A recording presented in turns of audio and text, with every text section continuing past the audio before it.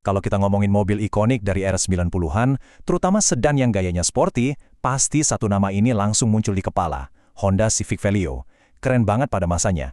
Tapi pertanyaannya sekarang, setelah puluhan tahun berlalu, apa mobil ini masih masuk akal buat dimiliki? Atau jangan-jangan kita cuma beli kenangan yang ujung-ujungnya bikin repot? Oke, ini dia intinya. Memakai mobil yang umurnya udah hampir 30 tahun buat aktivitas harian. Apakah ini sebuah keputusan yang cerdas buat dapetin mobil klasik yang asyik? Atau justru ini jalan pintas buat pusing 7 keliling ngurusin perbaikan? Yuk, kita bedah bareng-bareng. Pertama-tama kita coba flashback sedikit ke era 90-an. Kita perlu tahu dulu, sespesial apa sih Vario ini di zamannya. Nah, coba lihat deh lini masa ini. Vario itu bukan cuma Civic biasa loh, dia ini Civic generasi ke-6 yang lahir di era yang sama dengan Civic Type R pertama, si legendaris EK9 itu. Jadi, ya pantas saja kalau aura sportinya tuh kerasa kenceng banget. DNA-nya emang dari sana. Dan emang benar, waktu itu di tengah sedan-sedan lain yang desainnya cenderung aman kayak Toyota Corolla, Vario ini datang sebagai pembeda. Desainnya yang lebih rendah dan lebih tajam itu seolah-olah bilang, saya bukan mobil bapak-bapak biasa. Oke, selanjutnya kita fokus ke desainnya. Apa sih yang bikin mobil ini awet kerennya, dan apa aja perubahannya selama masa edarnya? Coba perhatiin baik-baik ya. Versi facelift tahun 99 itu bawa perubahan yang lumayan kelihatan. Lampu depannya jadi lebih sipit, dengan model yang sering disebut diamond cut. Terus lihat deh bumper sama grill chrome-nya. Jadi ngasih kesan yang sedikit lebih mewah. Bahkan detail kecil kayak posisi lampu sen belakang pun ikut dipindah. Nah, ini detail penting yang perlu kalian tahu pas lagi nyari unitnya. Oke, sekarang kita intip bagian paling serunya, mesin. Dan tentu saja kalau udah ngomongin Honda dari era ini, kita wajib bahas kata saktinya, VTEC. Nah, ini poin yang penting banget dan sering salah kaprah.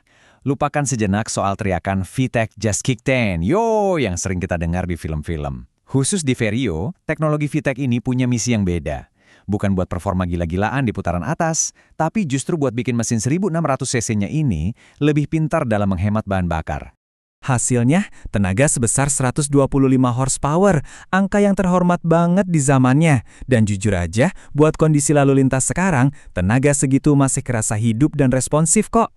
Ditambah lagi torsinya 148 Nm, udah lebih dari cukup buat bikin perjalanan sehari-hari jadi lebih asik dan nggak ngebosenin. Tapi meskipun VTEC-nya fokus buat efisiensi, kita juga harus realistis. Ingat, ini teknologi 30 tahun yang lalu. Jadi konsumsi bahan bakarnya itu ada di angka 7-10 km per liter. Jadi jangan dibandingin sama mobil-mobil LCGC zaman sekarang ya, jelas beda.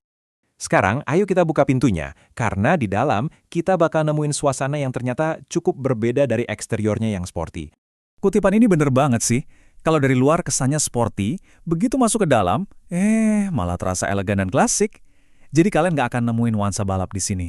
Sebaliknya, Honda justru memanjakan kita dengan kualitas material yang terasa premium untuk era tersebut.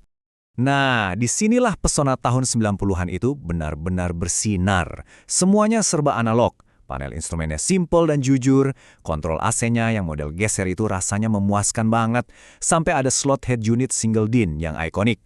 Tambahin juga jok kain yang nyaman dan bagasi yang ternyata lega banget. Ini adalah kabin yang sangat fungsional dan penuh karakter.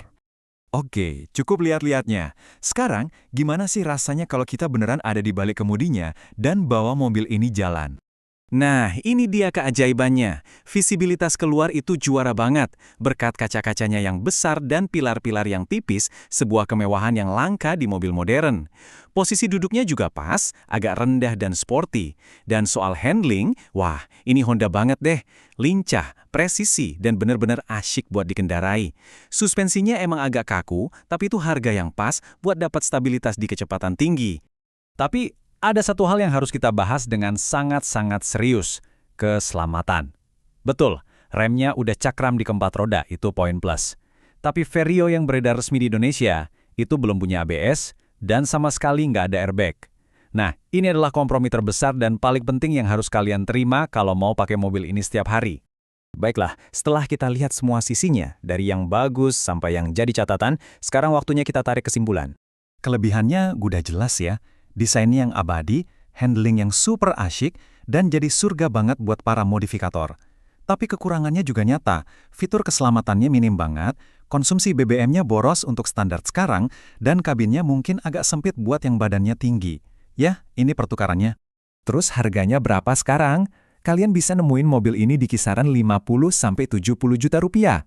Tapi perlu diingat, untuk unit yang kondisinya benar-benar terawat, apalagi yang masih original, siap-siap aja buat merogoh kocek lebih dalam. Kalau kalian udah mantep mau cari, ada 2 tips penting nih. Pertama, fokus ke interiornya. Cari unit yang interiornya masih original dan terawat, karena merestorasi bagian ini jauh lebih susah dan mahal daripada beresin mesin atau bodi. Kedua, jangan lupa masukin anggaran buat pajak tahunannya ya, sekitar 1 jutaan. Jadi, pada akhirnya, apakah Vario ini mobil yang tepat buat kalian? Jawabannya ada di tangan kalian sendiri. Kalau kalian siap menukar semua fitur modern dengan sebuah desain yang timeless dan sensasi berkendara yang jujur, maka jawabannya bisa jadi iya. Vario ini bisa jadi kanvas kosong yang sempurna buat proyek modifikasi, atau bisa juga jadi mesin waktu pribadi buat bernostalgia. Pilihan ada di tangan kalian.